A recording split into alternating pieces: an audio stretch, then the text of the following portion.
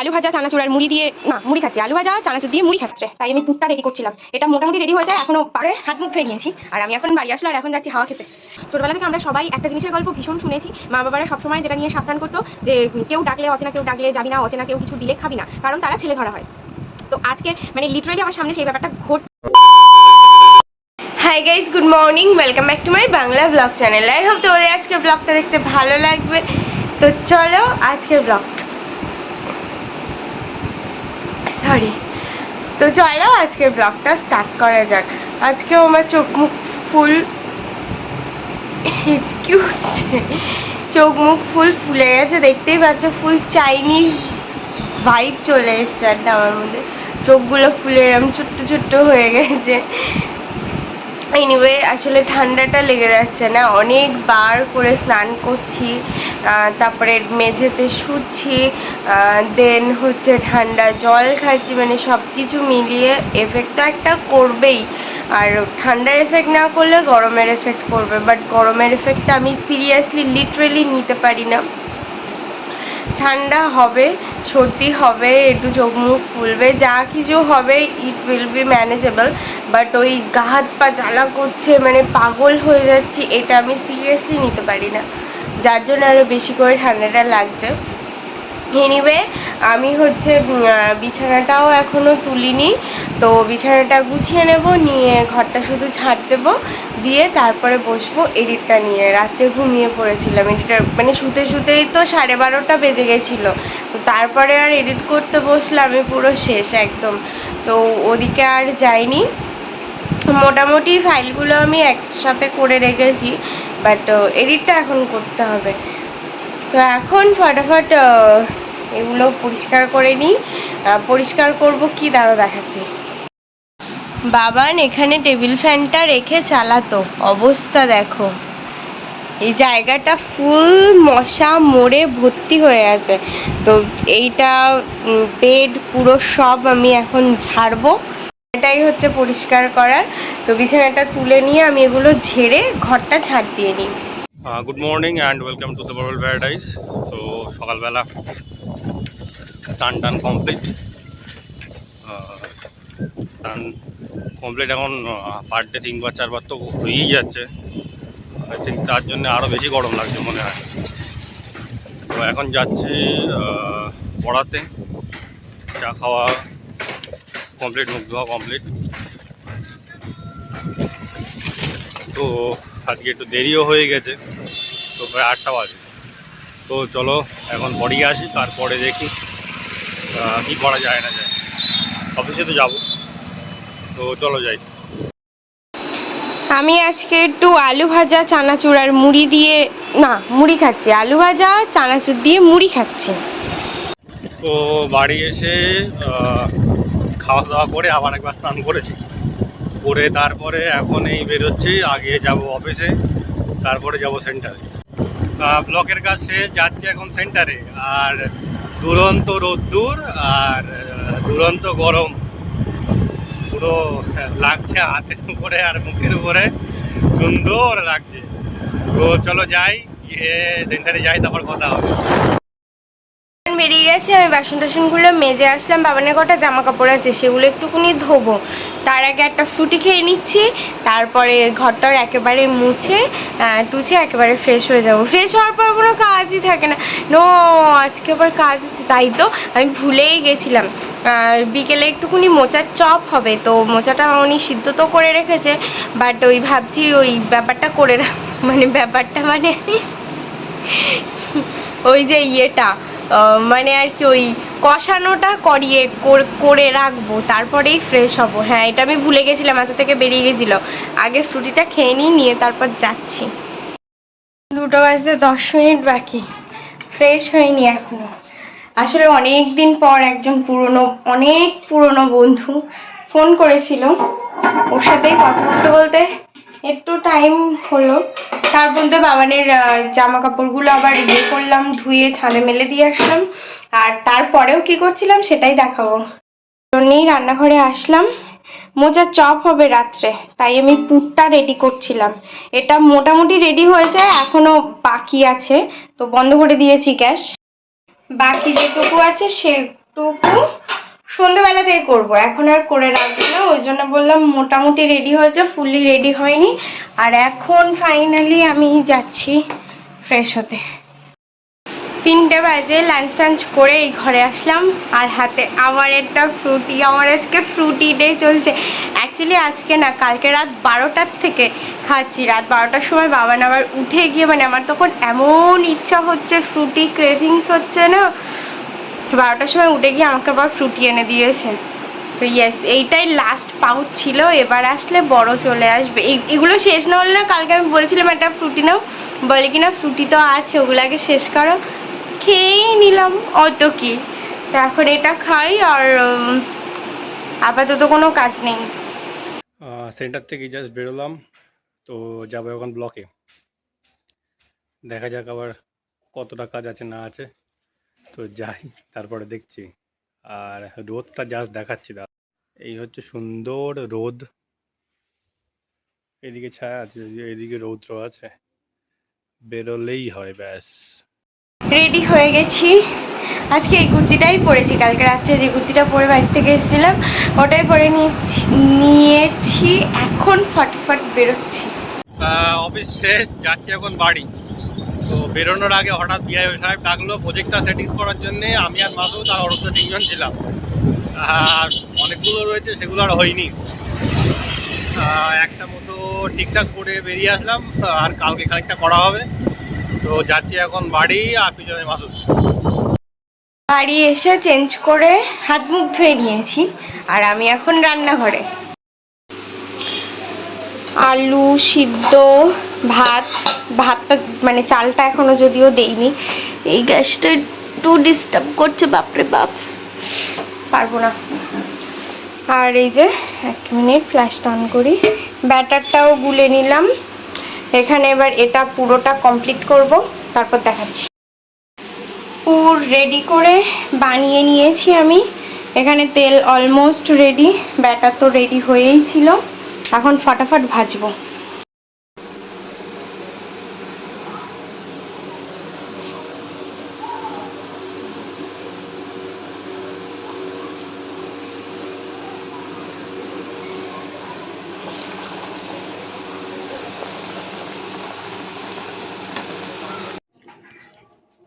সন্ধ্যাবেলা এখন আজকে হয়েছে মোচার চপ। তো ম্যাডাম বানিয়েছেন, দেখতে বেশ ভালোই হয়েছে, খেতেও বেশ টেস্টি। 9টা বাজে, পরে একজন বাড়ি আসলো, আর এখন যাচ্ছি হাওয়া খেতে। শ্যাম্পু এবাড়িও নেই, ও বাড়িও নেই। একটা নতুন দেখছি, রিঠা, এটা ভীষণ ভালো হয়েছে। দুটো গরম রসগোল্লা খাবো। বাড়ি এসে চেঞ্জ করে নিয়েছি, এখন যাব ছাদে। দেখতেই পাচ্ছ ফ্রেশ হয়ে চেঞ্জ করে বসেছি। আর বসেছি একটাই কারণ, কিছু কথা বলার আছে। কিছু কথা বলতে অ্যাকচুয়ালি আজকে এমন একটা ইনসিডেন্ট ঘটেছে, মানে আমি সিরিয়াসলি, মানে এখনো পর্যন্ত ট্রমাটাইজ। মানে আমি ভোলার অনেক চেষ্টা করছি, এটা করছি ওটা করছি, বাট ব্রেন থেকে ব্যাপারটা বা সিচুয়েশানটা সিরিয়াসলি ডিলিট হচ্ছে না বা ইরেজ হচ্ছে না। তো সেই জন্য ভাবলাম তোমাদের সাথে মানে একটু শেয়ার করে রাখি, সো দ্যাট একটু কেয়ারফুল থাকো এই ব্যাপারটা নিয়ে। ব্যাপারটা হচ্ছে ছেলেবেলা থেকে, মানে আমরা সবাই ছোটোবেলা থেকে, ছোটোবেলা যাই বলো, ছোটোবেলা থেকে আমরা সবাই একটা জিনিসের গল্প ভীষণ শুনেছি। মা বাবারা সবসময় যেটা নিয়ে সাবধান করতো, যে কেউ ডাকলে, অচেনা কেউ ডাকলে যাবি না, অচেনা কেউ কিছু দিলে খাবি না, কারণ তারা ছেলে ধরা হয়। তো আজকে মানে লিটারেলি আমার সামনে সেই ব্যাপারটা ঘটছিল। মানে আমি জাস্ট তোমাদেরকে বলে বোঝাতে পারবো না। তারপরে মানে আধ ঘন্টা তো আমার জাস্ট ব্যাপারটাকে ডাইজেস্ট করতে টাইম লেগেছে, বাট স্টিল নাও এখনো পর্যন্ত আমি ডাইজেস্ট করতে পারিনি। মানে আধ ঘন্টা তো আমি বুঝতেই পারছিলাম না অ্যাকচুয়ালি আমি কি করব। মানে এমনই একটা ঘটনা ঘটেছে। ব্যাপারটা হচ্ছে আমি পড়াতে যাওয়ার জন্য অটোতে বেরিয়েছি, বেরিয়ে সমস্ত মানে অটোগুলো তো স্টপেজে থামে, আর আমাদের অটোটা মোটামুটি ফাঁকাই ছিল। সরি, ব্যাপারটা হচ্ছে এখান থেকে উঠে ডন্ডিঘাট পর্যন্ত গেছি, তার মানে একজন, মানে আমি ছাড়া আর একজন প্যাসেঞ্জার ছিলেন যিনি ডন্ডিঘাটে নেমে গেছেন। এবার উনি নামছেন, তারপরে টাকা দিচ্ছেন, তো এটাতে একটু টাইম লেগেছে, ঠিক আছে। আর আমি ছিলাম অটোর ফ্রন্ট সিটে, মানে ড্রাইভার কাকুর পাশেই আমি বসেছিলাম। এবার হঠাৎ এরকম আশেপাশে তাকাচ্ছি, অটো থামলে যা হয় সবাই চারিদিকে তাকায়, তো আমিও দেখেছি। তাকিয়ে হট করে দেখি কি না, একদম ইমিডিয়েটলি পাশেই, মানে আমাদের অটোটা দাঁড়িয়েছে তার ঠিক রাস্তার ধারেই একজন মহিলা, একটা ছোট্ট বাচ্চা, মানে বাচ্চাটা কত, মানে 3-4 মাস, 3-4 মাসই হবে, হার্ডলি 5 মাস, তার বেশি কখনোই নয়। তো একটা বেবি গার্লকে কোলে নিয়ে দাঁড়িয়ে আছে, তার সাথে দুটো ব্যাগ আছে, ব্যাগ দুটো রাস্তার ওপরে রাখা। ওনার সামনে একজন মহিলা আছেন যিনি কিনা বয়স্ক, মানে যদি রিলেটিভ মানে হতো তাহলে ওনার শাশুড়ি, মা, মাসি এরকম কেউ একজন হতে পারতেন, মানে এজটা এইরকম, আমি ওনার এজটা বোঝানোর জন্য বললাম কথাটা। তো যাই হোক, মানে দেখছি যে বাচ্চাটাকে নিতে চাইছে, বলছে যে গাড়িতে উঠবে, ব্যাগ তুলে দেবো, বাচ্চাটাকে আমার কোলে দিয়ে দাও, তুমি গাড়িতে উঠে যাও, মানে এইরকম ধরনের আর কি, যেমন কিনা মা তার মেয়েকে কিংবা শাশুড়ি তার বৌমাকে ছাড়তে এসেছে, গাড়িতে তুলে দিতে এসেছে, বাচ্চাটাকে কোলে নিয়ে বলছে তুমি গাড়িতে উঠে বসো, বা তুই গাড়িতে উঠে বসে না, অল দ্যাট। এর মানে আমাদের রিলেটিভসরা যখন আমাদেরকে ছাড়ে, যখন যে ব্যাপারটা হয় না, সেই ব্যাপারটাই ঘটছে। আমি আর অটো কাকু দুজনেই তাকিয়ে আছি, দেখছি, মানে নর্মাল ওয়েতেই দেখছি, কোনো ব্যাপার না। এবার মানে কিছুক্ষণ চলার পর ব্যাপারটা চলছে, বেশ কিছুক্ষণ ধরে ব্যাপারটা চলছে। এবার ওই চলতে চলতে না, মানে আমার ঠিক মানে যখন ওই বাচ্চাটার, মানে ওই মহিলাটার দিকে তাকালাম, মানে যার কোলে বাচ্চাটা আছে, বাচ্চাটার মায়ের মুখের দিকে তাকালাম, তখন না আমার কীরকম একটা অস্বস্তি একটা ফিল হচ্ছিল, যেটা কিনা কোনো রিলেটিভসরা ওটা যদি করে আমাদের এতটা অস্বস্তি ফিল হওয়ার কথা না। মানে আমি কেন জানি না, এই ব্যাপারগুলো না আমাকে হিট করে, একটু বেশি হিট করে। তো মানে আমি না পেরে, মানে কেন আমি সিরিয়াসলি জানি না, আমি হুট করে ওনার দিকে তাকিয়ে আমি বলছি বাচ্চাটাকে আমার কাছে দিয়ে দিন, আমি এরকমভাবে বলে দিয়েছি হঠাৎ করেই। হ্যাঁ, এবার বলার পরে তখন মানে সেই মহিলাটা একটু সেন্সে আসলো, মানে তার আগে পর্যন্ত কিন্তু ওই মহিলা বাচ্চাটাকে নেওয়ার চেষ্টা করছে, টানাটানি করছে, ও কিচ্ছু বলছে না, চুপচাপ বাচ্চাটাকে কোলে নিয়েই দাঁড়িয়ে আছে বাচ্চাটার মা। এবার আমি যখন ওই কথাটা বলেছি বাচ্চাটাকে আমার কাছে দেবে, তখন বাচ্চাটার মা হঠাৎ করে গাড়িতে উঠলো। হ্যাঁ, উঠে এবার ব্যাগগুলো নিয়ে, বাচ্চাটাকে নিয়ে তো উঠতে পারছে না।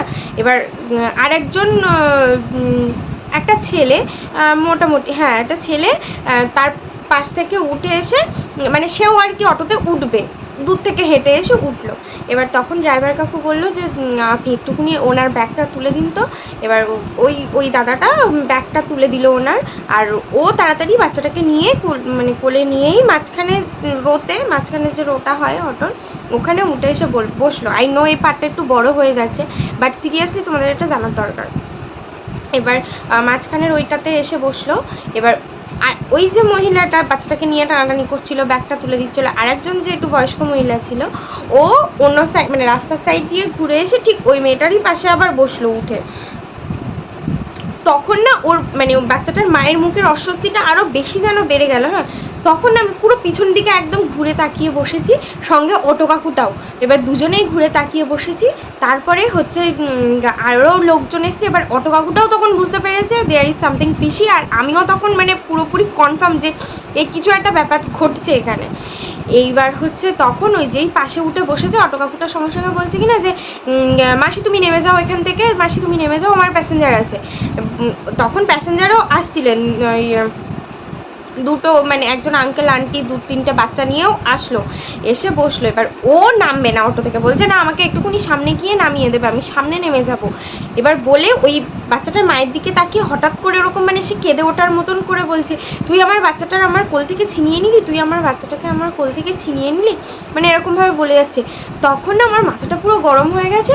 আমি অটো কাকুর দিকে তাকিয়েছি, আর অটো কাকু পুরো হেঁকে নিয়েছে, বলছে নামো এখান থেকে, তুমি আমার প্যাসেঞ্জার আছে বলছি, তুমি বুঝতে পারছো না, বলে পুরো হেঁকে একদম নামিয়ে দিয়েছে। তারপরে আমি ওর দিকে তাকিয়ে, মানে বাচ্চাটার মায়ের দিকে তাকিয়ে আমি বলছি যে কি হয়েছে ঠিক করে বলো তো, তোমার কি কেউ হয়? তখনও বলছে যে ও এরকম কেন করছে, তখন থেকে আমার বাচ্চাটা আমার কাছ থেকে টেনে নেওয়ার চেষ্টা করছে, কেড়ে নেওয়ার চেষ্টা করছে। আমি কিছু বলতে পারছি না। বলছি তুমি কিছু বলছো না কেন, ও তো অনেকক্ষণ থেকে তোমার সাথে এরকম জিনিসটা করছে।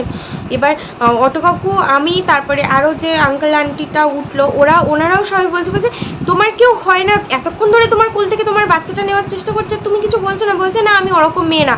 যেই এই কথাটা বলেছে বাচ্চাটার আমি সঙ্গে সঙ্গে ঘুরে আমি বলছি কি না দেখো এটা মানে আমি ওরকম মেয়ে না, ব্যাপারটা সেরকম না। আমি তখন বলেছি যে আমি হলে তো দোকানে আগে ঠাটিয়ে দিতাম আমার বাচ্চার গায়ে, আমাকে না মানে এরকমভাবে রাস্তার মাঝখানে আমার বাচ্চার গায়ে হুট করে এসে হাত দেবে, আমি তো দোকানে ঠাটিয়ে দিতাম কষিয়ে একদম, আমি সিরিয়াসলি বলেছি। তখন বাচ্চাটার মা বলছে যে না আমি তো ওরকম মেয়ে না, আমি পাচ্ছি না।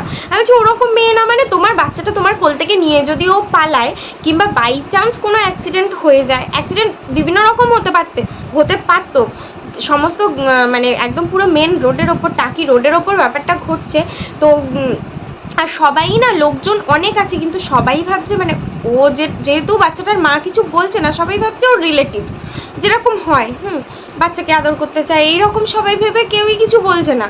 এইবার মানে বাচ্চাটাকে কোল থেকে নিয়ে ও ছুটে চলে যেতে পারতো। সে যদি পাগল হয়, মেন্টালি যদি আনস্টেবল হয়, পাগল in the sense, sorry for the word, but হ্যাঁ, সে যদি মেন্টালি আনস্টেবল হয়, বাচ্চাটাকে নিয়ে ছুঁড়ে ফেলে দিতে পারতো। হার্ডলি 5 মাস বয়স বাচ্চাটার, গাড়িতে উঠে অন্য কোনো বাসে কিংবা গাড়িতে উঠে বাচ্চাটাকে নিয়ে পালিয়ে যেতে পারতো, মানে যা কিছু ঘটতে পারতো।